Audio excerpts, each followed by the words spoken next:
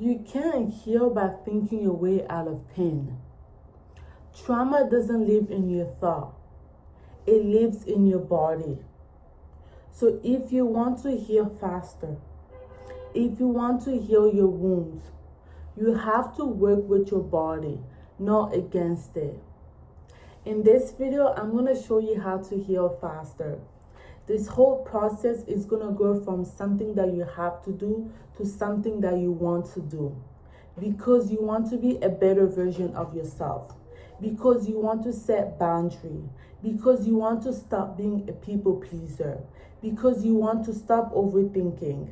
So if that's something that you want to do, I am so glad that you're here. When you've been through trauma, your body learns survival before it learns safety. Your body holds on to tension, patterns, overthinking, people pleasing, fear. So even when your mind says, I'm fine now, those words don't mean anything to your nervous system. That's because your nervous system doesn't understand words. It understands experience. So when you rush your healing or ignore your emotion, your body stays in defense mode. That's why healing isn't just about mindset work. It's nervous system work. It's working with your body, trying to figure out what is it that it needs from you. Maybe it's safety, maybe it's love. Start noticing how you show up. Do you shrink when people disagree with you? Do you freeze when you have to make a decision? Do you go numb when things feel too much? Those reactions are not random. They're your body's way of protecting the child who once felt unsafe. Awareness is the first step to change. If I give myself, for example, when I was a child, I had to people please to make sure that I got the love that I didn't get from my parents, that I got accepted into a community. Also, when it came to overthinking, I had to overthink because at home it was hard. I had to come up with the plans that when I go home, I make sure that I am safe, that I'm able to survive. But now that I'm no longer in those situations, it's important for me and for you to tell our body that we're no longer in those situations. That's why you need to work with your body.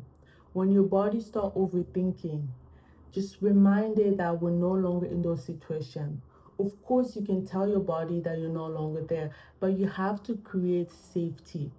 What does safety look like to you? What is it that your body needs? Maybe it's reassurance, maybe it's love.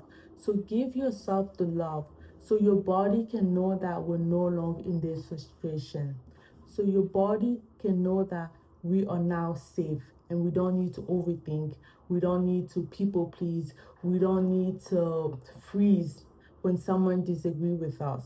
Because disagreement, even though we don't agree with it, is important because that's the only way we can grow.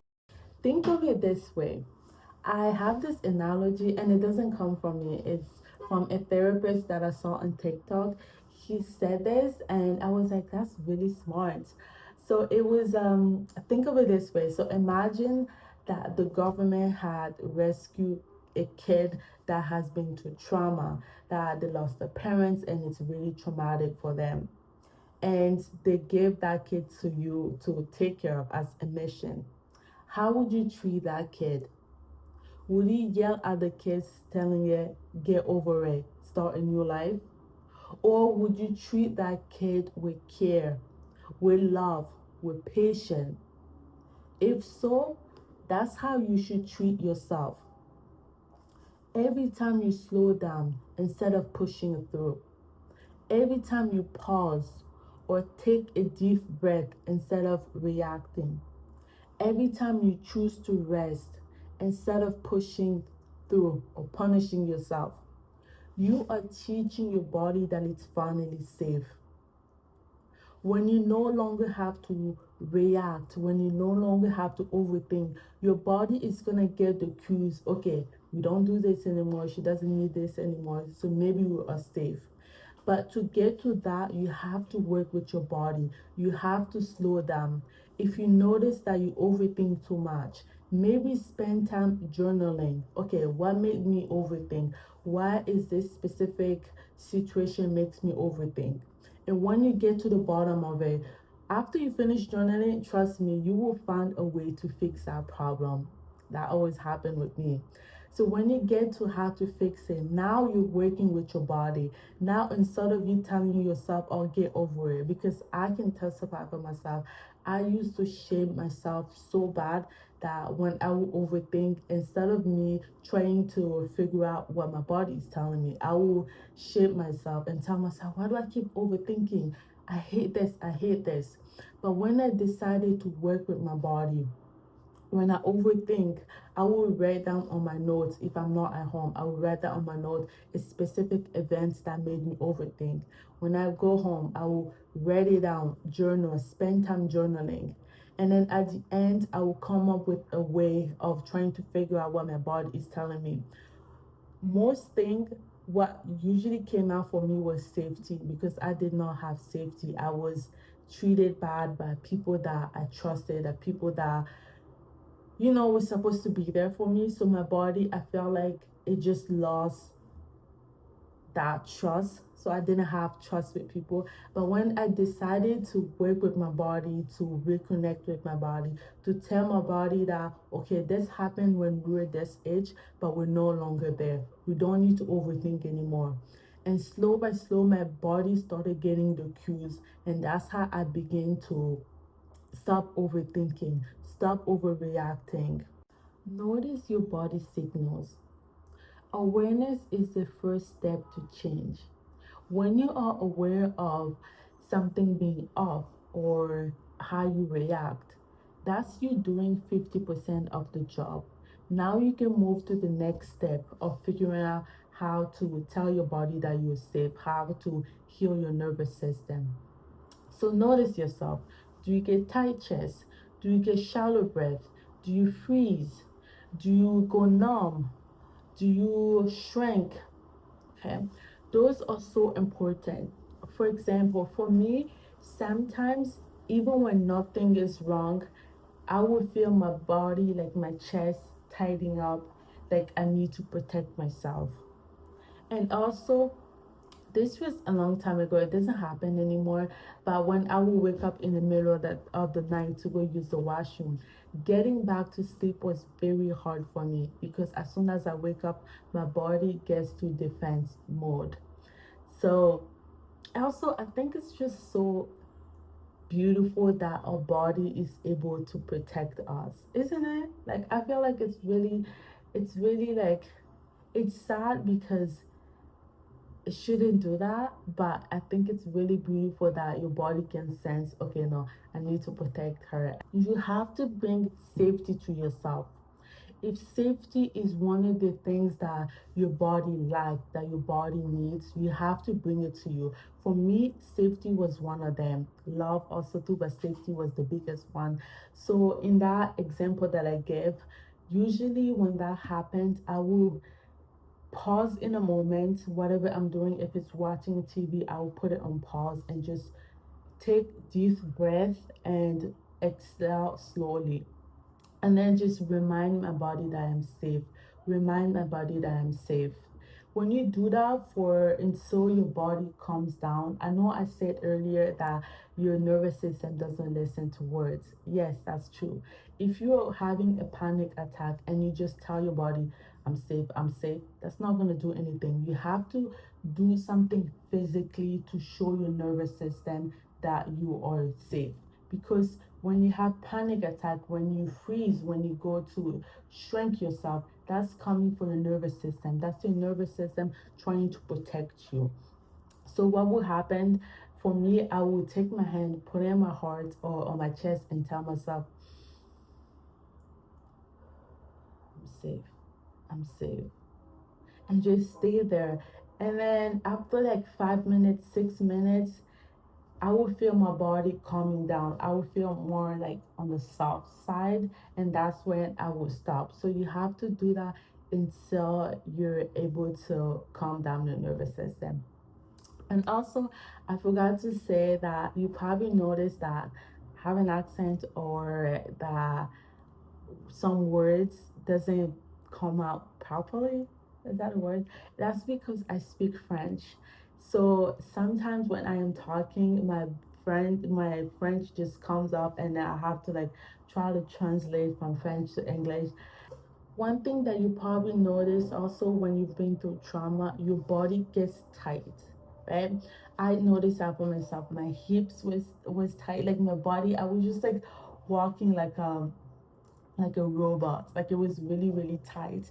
And when I started going on walks, going to the gym, I started to see my body loosening up a bit, day by day.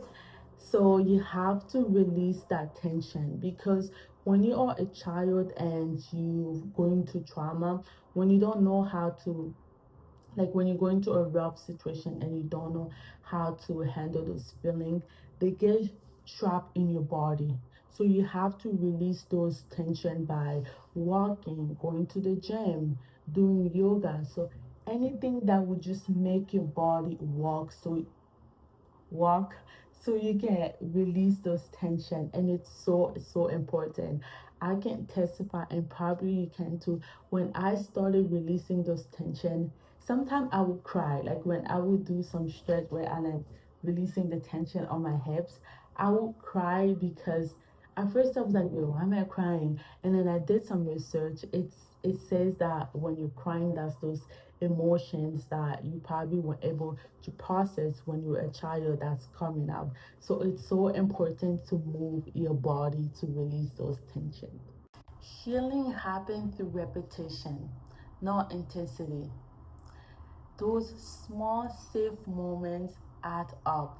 So don't rush your healing. Start small. You're not in a competition with nobody. The only person you should be in competition with is the you of yesterday.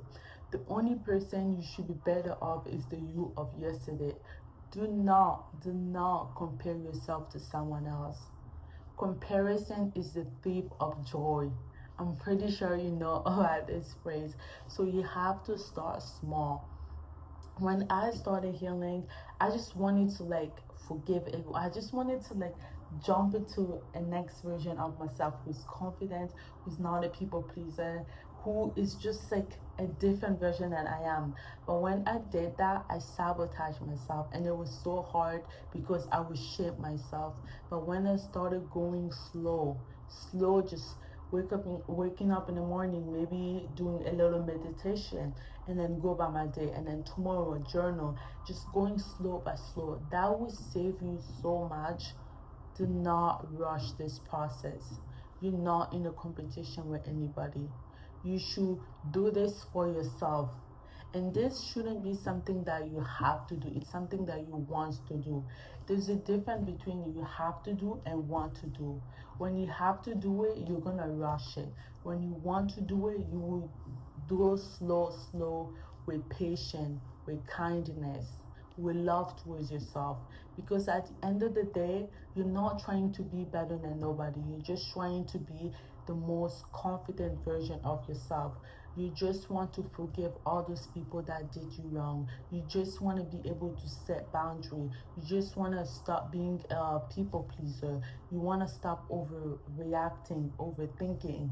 And you do that by going slow. Because everything you act, even though it doesn't seem like it's doing anything, it will add up. Every time you set boundary, maybe today you did set boundary, but yesterday you didn't, but the other day you did, all those days will add up, and you will get to the point where you're able to set boundary. Working with your body for healing is so important. Coming from someone who used to shame myself, I used to shame myself. It was so bad. But when I was able to work with my body, when I get triggered, instead of me going, why is this triggering me, I will sit down with emotion, trying to figure out what is it that my body is telling me. What do I need to do next?